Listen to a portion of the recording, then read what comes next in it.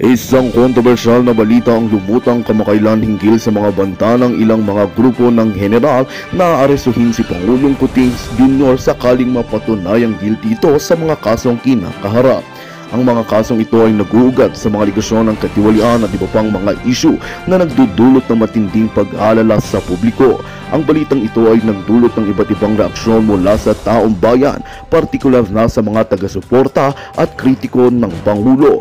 Ayon sa ilang mga ulat, may mga ulat na di umano'y pinaplano na ni Pangulong Kuting na magtago sa ibang bansa sakaling lumala ang sitwasyon at maging seryoso ang banta ng pagkakaaresto. Bagamat wala pang kumpirmasyon mula sa Malacanang tungkol dito, patuloy na umuugong ang usaping ito sa social media platforms at iba pang mga news outlets. Ang mga espekulasyon na ito ay nagdudulot ng pangamba at iba pang intriga, lalo sa mga taga-suporta ng Pangulo na patuloy na nagtitiwala sa kanyang pamumuno. Sa kabila ng mga aligasyon at banta, nananatili ang Pangulo sa kanyang posisyon at patuloy na isinusulong ang mga programa sa kanyang administrasyon. Tila isang pagsubok ang hinaharap ngayon ng administrasyon ni Kuting, kung saan kailangang patunayan ang kanyang katapatan at integridad sa harap ng mga usapin na bumabalot sa kanyang pangalan. At yan nga ang balitang ating pagkakatutukan. Ngunit bago ang lahat, siguraduhin mag-subscribe at i-hit ang notification bell para sa patuloy na pagtutok sa mga sulyap ng bagong balita sa tunay na boses ng masa.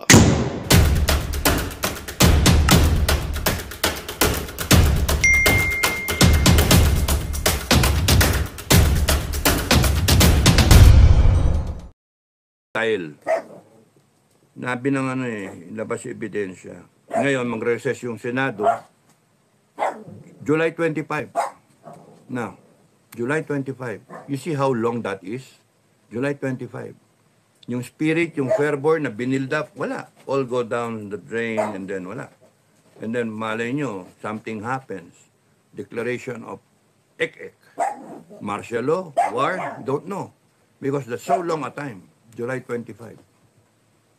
Pagka nagkaroon ng gera, anong mangyari? Divide pa rin tayo? Away-away pa rin politika? Civil war tayo habang may gera tayo with China? No. We cannot afford that. And what is at stake is our country na. That's why we have to unite. Yun yung problema. Sinasabi na sa inyo, hindi lang... Nag-iisip din yung kabila Nag-iisip din yung kabilang tindahan. Sinasabi na nga namin, ayaw makinig Oh. Yan, abutin tayo ng kuno-kuno. Anong gusto nyo? Tayo? Mag-people power tayo? With what? With what? Gusto nyo mauna yung mga MUP? With what? Nakalabanin namin yung AFP? Or kakampi sa amin yung AFP? You will test the waters when you are not ready. We are not ready. Anyway, so sayang ang talent ng inyong MUP, kaya nga sinasabi ko lang, manggulo na lang kami, gisingin na lang yung AFP. Tama si Sir Tama si Sir. Matagal na naman din iniisip nila yan, mga senior, pero dahil sa walang mga pondo, walang funding, walang political will, yung mga nakaupo, nauna, matagal na yan, mga 1990s pa. 2090s, kaya nga, we have an undeveloped reserve force. So one way is, yun nga, with existing organizations, AFP, gising-gising, AFP, bigyan yung ranko, convenient, senators, eto yung ranko nila, congressmen, sa ilalim ng mga senators, so yung 24 senators, pag i-allocate yung 253 district ng mga congressmen, may mga tao yan. Sige, 300 na, pati yung mga party list, damay nyo na. Bigyan nyo ng ranko, kung ano yung mga congressmen, ganun yung ranko nila, pare-pares yung ranko nila. Pero kung sino yung mas maraming tao, mas maraming na-recruit na tao, na susunod dito, kunyari, bigyan nyo ng, gawin yung major, gawin yung lieutenant colonel, may batalyon siya, pero gawin yung full colonel kung may 2,000 siya. Anyway, nagkabotohan, may bumoto sa kanya, may kakilala siya. 2 taon na sila ngayon na sa karir nila. Si Mayor Guo. May ma-recruit sa Banban. Recruitin niya mga incheck. Oo nga, no? Si Mayor, ano, Guo. I grew up in a farm. Oh. Lumaki ako sa farm. Yung mga re-recruitin mo, lumaki ako sa farm. Lumaki ako sa farm. Oh, pwede ka na, lumaki ka sa farm eh. Pwede ka na. Mm. So, and then yung structure. Isipin nyo lang, J1, no? Isipin nyo na lang, easy, can be done, doable siya in so short a time. Kung ang isang distrito o isang congressman, merong 1,000, yung 300, ilan yan? 20 na kamo, 320, 1,000, you have 320,000. Kung meron kang 10,000, ang isang congressman, kasi may mayor sa ilalim niya, may mga barangay captain, at may mga constituency sila, isipin mo ilan yung bumoto doon sa congressman na yun para maging congressman. May distrito siya, kaya nga Condis Army, Condis Reservist. Meron ka na sa 10,000, sa 300 congressmen, meron kang 3 milyon. That's good enough. Tapos nun, headed by the mga senators, and then, yung mga senator, gawin yung kahit 2-star. Pero syempre, ang pinaka-head nila is AFP, 3-star, mga ganon. Area commanders natin. Force multiplier, and then, masubject, if you know the organization, AFP, if you know the organization, yung commander, ako kunwari, Lieutenant General, I can go down to meet this senator. Pare ko, relaxing ka. Alam ko, senator ka. Pero ako, 3-star ako. 2-star ka, gago. 1-star ka. You obey me, ha? Ganito, meeting tayo, ganito, command. Okay na, live na. When I am around, sabihin ni Lieutenant General, you wear your officer's cap, armed forces. Oh. Revolutionary, tawag dito, reservist cap. Kung ikaw, 1-star general, 2-star. Basta definitely, yung head nila, military, such that meron siyang organic personnel, he can detach so many and then padala niya kung saang distrito yon o barangay yon, and then they start training. O kaya, meron kang website, kunyari, Jinggoy Brigade. Walang yan, no? Jinggoy, Condis, Brigade. Oh. Condis Corps ni Jinggoy. O, di ba? Mga Jingay Brigade. O de, pagka ganon, yung website, Jingay Brigade, doon pupunta lahat ng kanilang mga follower, mga sundalo. O de, module number 1, module number 2, module number 1. Tapos nun, schedule kung kailan sila magkaroon ng actual, live fire, o mga FTX, and since this one, yung pinaka-head niya, yung connect sa tao na reservist is a senator, sitting senator, followed by congressman, they have the clout. They can just call, pwede bang gamitin yung school ground nyo on a weekend? Ganon, di ba? And it can be done. Sipin mo yun, 10,000 times 300 congressmen, you right away have 3 million. Kung meron kang 100,000, that's 30 million. Kung yun lang. Pero hindi eh. Hayaan nyo na yung ganong avenue. And then, yung sa private sector, ganon din. If you have 300 companies, sipin nyo yung call center, no? Sipin nyo and then you have a medical corps, mga DOH, mga ganon. Yung mga hospital mismo, sila mismo. And then, organize yung hospital na merong regional, provincial, regional, etc. Ranko, itirangin ng ganon. AP, gawin nyo. Please. Para pumutok man yan, paputukin bigla yan ni BBM o kaya nino man na isang tamukyo nandun sa West Philippines, si aanga-anga, no? Kung siya, minoter cannon tayo, sobra na, binaril niya. Ginamitan niya ng 50 caliber, bag. Ayan na, invoke na yung mutual defense, may namatay. O paano? Are we ready? No, we're not ready. At least yung kami, on our part, mag-guerrilla kami. Hindi kami harap sa kalaban. Guerrilla kami ni Metran. Ni Maki. Makanas. ano kami, mga revolusyonaryo. Mga retired naman na, mga retarded na nga, mga merayuma na nga. Hindi naman kami kasama doon sa able-bodied. Mga retired nga kami. So, mag-form kami ng sariling guerrilla unit. Hindi naman paramihan yan eh. It's the quality. At saka yung mental state, no? Hindi mag-hesitate ng Kaya sa akin, ang ko sa inyo, mga kabrigada, you start preparing yourselves, equipment-wise, no? Pagkain, na pwede nyong iwanan yung families ninyo safely na meron makain, or tangayin nyo yung families ninyo kung saan yung kampo. Wow, kampo. Sa bundok tayo. Sa bundok tayo. Hard to detect. Sabihin na natin kung saan. Sa Pulag. Sabihin na natin sa Inchik. Sa Pulag kami, sa Pulag. Pero, I'm telling you, katay kayo doon. Patay kayo doon. We will line up lahat ng trail papunta doon, maglagay tayo ng mga naka-stick na mga mga kalaban. Napugot pa ang ulo, mga pa. Takutin natin ang gusto ito, mga walang yung hinayupak na ito. Yung mga gusto sumali sa akin, at saka sa aming grupo, mag-line up lang kayo, sabihin nyo kay Colonel Metran. Ano lang tayo, club survivor. No? At least tayo ready. AFP, kung hindi kayo nagising, kung hindi kayo ready, well, sana magising kayo. Kasi kawawa Pilipino, 41 million. Diyos ko, wala Saan ito? Paramilitary, mga security guard, 35,000. Ganon. Paramilitary forces, yung mga dibaril. Reserve personnel, 1.2 million. Fit for service, 41. 50 million available manpower. So kami ni Metra nandito, available manpower. 10 million ang pwede naming kunin na tao. Sa akin, 1 million lang eh. No.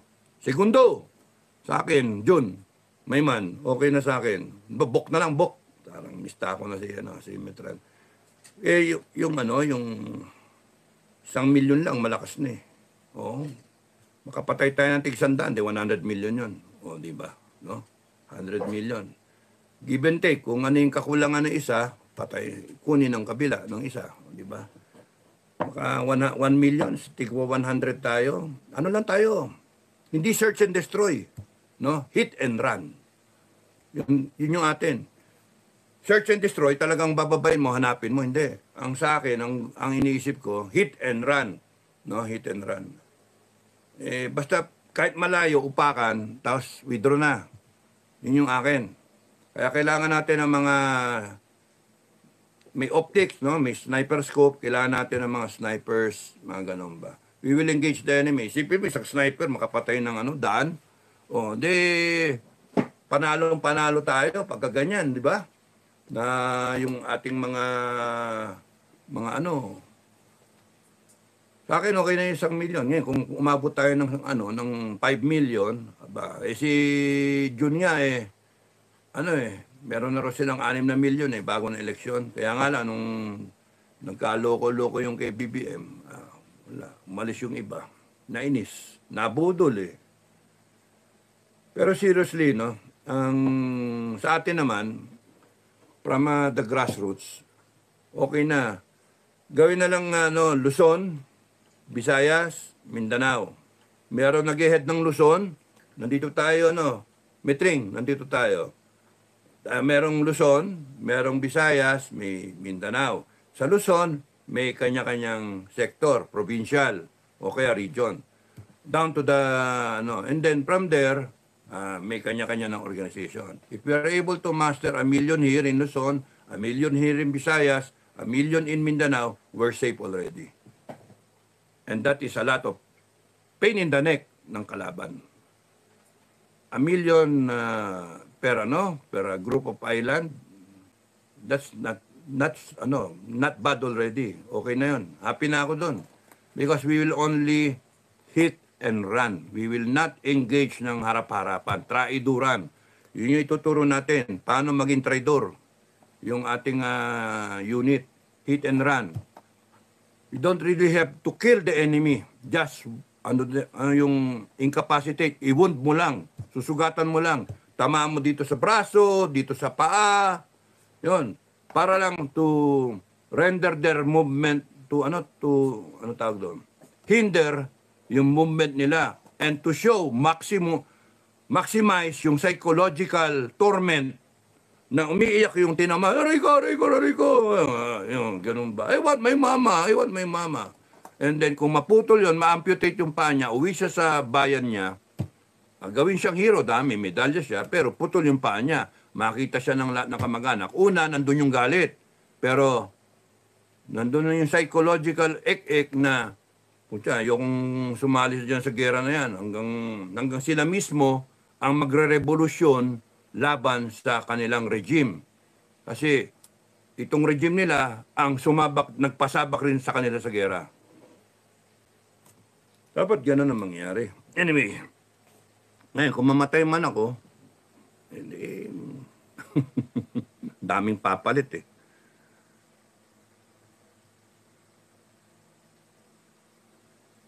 Ano? Okay, Samuel Arroyo, latest update. Okay, nirelease na. Si Morales, pauwi na ng bahay. Ingat, JM. Taga Bukid kami. Nakalabas na po. Helen, taga Bukid kami. I grew up in a farm. Sorry, naalala ko ha. I grew up in a farm. Si Mayor. At least ha, if you grow up in a farm, pwede ka maging mayor. O, di ba? Helen ka, pilitan. Nakalaya na po si Morales. O, de happy na lahat ng tao, di ba? Emily, nakalabas na, sir. Luz Biminda, News TV, nakalabas na si JM. Nasa bahay na. Escort nila, attorney. Ito, nila attorney. Sheila, pala, nakauwi na po si JM. Kinakausap ni Cheese at Jinggoy. Kinausap ni Cheese at Jinggoy.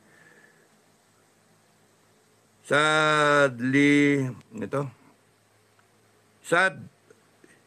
Sky, lumabas na po. Elena Bino hello sir, lumabas na po. Thank you sa mga information nyo. Ella Amboy, Sir Dado, nakalabas na po.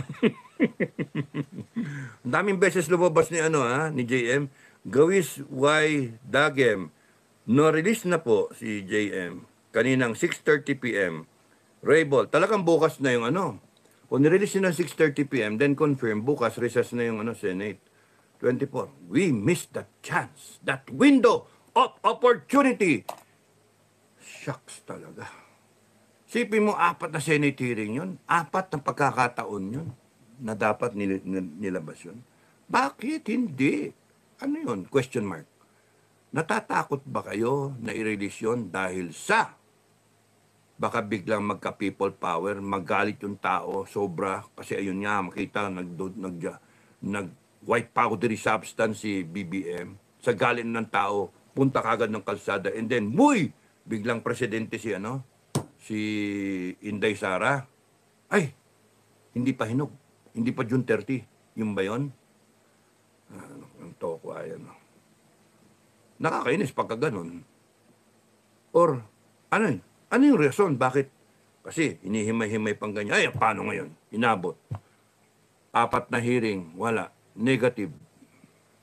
4 ba na hearing yan? 3, 4. Inabot ng wala na. Tapos nun, June 25. July 25. July 25.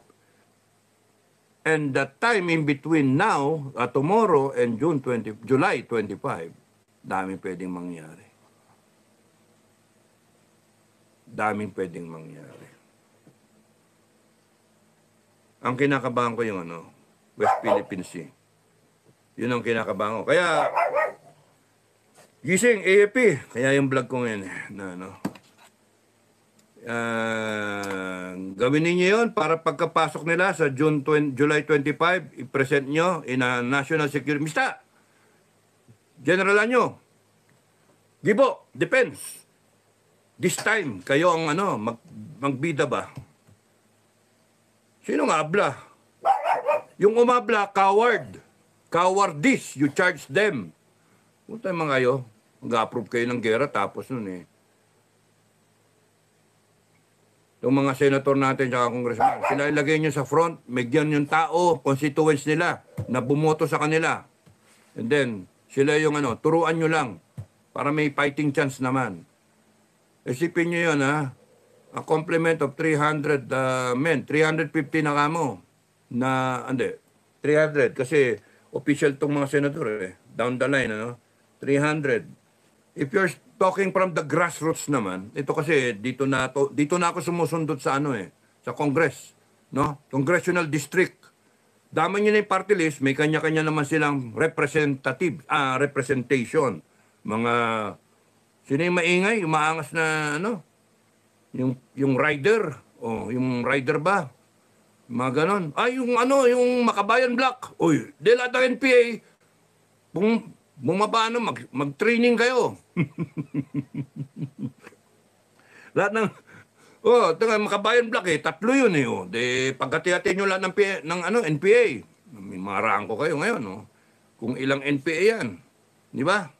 Kung makarami kayo, 2,000, di general pa kayo, Colonel, full colonel.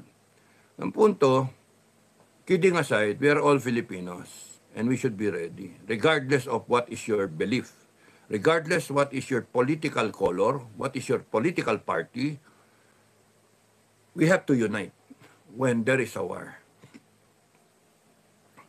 Si BBM, kahit ganun yung still to be proven, kasi hindi nyo nilabas yung ebidensya. Hindi nyo nilabas Still to be proven now. It's just allegation. It is just a fiction of imagination as of now. I beg to disagree sa mga nagbablog, but in fairness, you want the government to be fair, then let us be fair, Filipino people.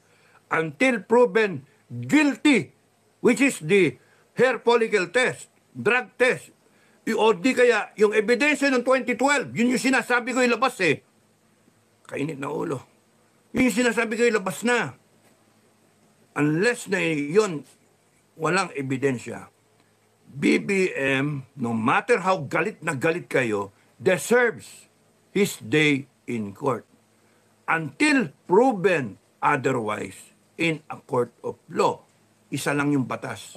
Ayaw nyo ng double standard, then let us not deviate from the Nakakainis ako, galit na galit ako kay BBM. BBM, galit ako talaga sa iyo. Kasi dami mong pinangako Kinurap mo na lahat Hinayaan mo yung kung sino-sino magpatakbo ng gobyerno natin. Galit ako sa iyo. Pero in fairness, wala kasi yung ebidensya. Sabi ko nga, wag ka na mag-drug test. Sabihin mo na lang na sa ngalan ng Diyos, in God's name,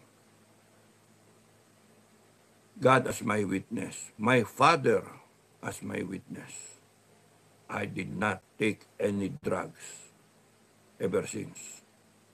O, di aminin mo kung nag-take ka, di aminin mo. Sabihin mo na lang sa tambay, never mind drug test. Kalokohan na lang yan. Kalokohan nakakainis Ilang beses namin hinihingi sa'yo, wala deadmak Magsalita ka na lang and then let's move forward. Yung ganun ba? Let's move forward. Yung sasabihin ng iba, forgive and forget. Tragis yan. Hindi nga. Sa akin kayo magagalit, gusto ko nga lumabas lahat na ebidensya.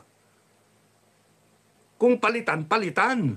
Hindi yung papalitan, kahit mag-people power tayo, nasaan na? Ebidensya. People power tayo, tayong lalagay sa alanganin Tapos nun walang kung kailan maayos na, tsaka maglilitawan yung mga nagtatago. Kaya kami galit. Kaya ako galit na Meanwhile, ito, busy tayo sa politika, ayan na. Kung nagkagera bigla. Kaya nga, that's why, one way of doing it, AAP, government, organization, agencies, institutions, you organize them, you make a structure, kotahan nyo, congressman. Tragis ka, congressman ka, wala kang tao, wala kang clout. Sino na lang yung mo? Gamitin mo yung clout mo, gamitin mo yung budget mo. No? at least 1,000 people, and right there you have 320,000. Right there. At least 2,000 na people. Then you have 640,000. No, di ba? Reserves. O di papasok yun sa 1.2 million natin, reservists. Tapos kung di kaya, you have 10,000, at least then, meron ka. 5,000 na lang kamo. Then you have 1.5 million. Dagdag do sa 1.2 ngayon. Di ba? And then, paano na yung deployment? Imagination ng armed forces. Make an offer.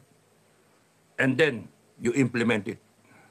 Tama. Once na magkaroon ng gera, yung offer becomes order. Operational order. Everyone gets a rank. Diba? Ganon.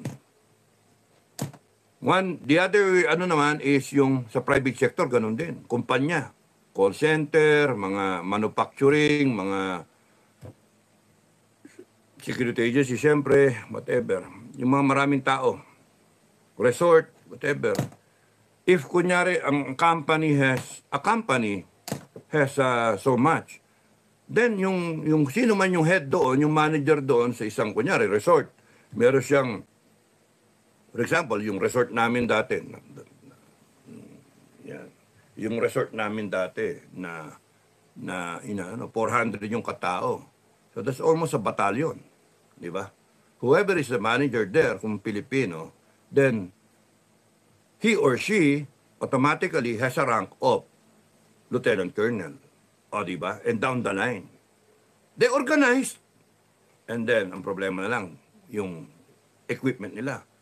Doon papasok ngayon yung itong mga defense industries na kung pinondohan ng ng AAP at saka ng budget ng Congress, no, DND, you find a way. If there's a will, there's a way. Magsimula yan and then mag-lay away plan kayo. People will buy the weapons. Basta wag niyong i-waive, wag niyong pabababain yung standard. Kung mas maganda, taasan yung standard in owning firearms. Yan yung ko. Hindi ako naniniwala doon sa, hindi pa nako-commit yung magagay tayo sa US, etc. etc. Hindi sisihin nyo pagka nandoon na. Pero yung wala pa, ang wineway mo nga, yung problema mo dyan, yung kalaban, pagka pumasok, wala tayong pandepensa, magmukha tayong tanga talaga. Patay tayo. So better na kalimutan mo naman itong worry na to o kaya taasan nyo na lang yung standard sa pagkuha ng LTOP, no? Yung owning firearm, yung license niya, wag mo munang carrying a firearm kasi pagka nagkaroon state of war, you can carry anywhere eh. Wala na yung mga batas-batas na yan eh. You can carry anywhere. So, yung LTOP muna sa mga bahay lang nila. And then, training, they can bring yung Hindi kaya, doon na lang yung mga magte-train, sila na lang may dalang barel. Ganun lang ba? And then, eventually, kanya-kanyang na lang ng permit to carry. Depende sa nature nga ng profession tsaka ng trabaho. Okay na yun. May mga laws naman tayo. Covered naman yan ng PNP. Ang punto, kung ready na yan. And then, mga reservists, tayo naman, tayong mga MUP, on our own, kung may mga following tayo. Imagine yung mga vlogger, imagine may mga following yung mga vlogger, no? Bagay, nagdo-double count yung iba. Pero, if use your imagination, AFP, wag yung isip lang. Isip, concept, no? Plano, how, yung how, sagutin nyo lahat ng ifs and what ifs, no? Lahat ng W, who, what, where, when, how, ganon. Tapos nun, i-draw up niya yung plano, and then get the approval. Ano ba yan? Hanggang itaas ba yan? O hanggang AFP lang, level, o DND? Tapos nun, from there, inform, disseminate, kung sino yung mga magiging commander, tell them. Tapos nun, sila na magbibigay ng yung pangalan, bibigay sa inyo, and then, meron ng corresponding na mga ayos na. Meron na organization. And then from the organization follows training. And then from training, follows equipment. Di ba? The equipment, the private sector or the government sector can take charge of that sa kanya-kanyang mga agencies, whatever, ng kanya-kanyang constituencies. And the private, kung mga private citizens, they can always buy their own online habang wala pa. But if ang isip ng gobyerno magkaroon tayo ng sariling defense industries, sariling gawa-gawa ng uniform, ganon-ganon, order na. Magandang balita ang hatid namin sa inyo ngayong araw. Sa pagtatapos ng aming balitaan, nagbigay kami ng mga mahalagang impormasyon. Maraming salamat sa pagtutok at pagsuporta sa aming programa. Huwag kalimutang manatili sa mga susunod na araw para sa mga bagong balita at mga kwento na dapat nating abangan. Mula sa Boses ng Masa, magandang araw Pilipinas!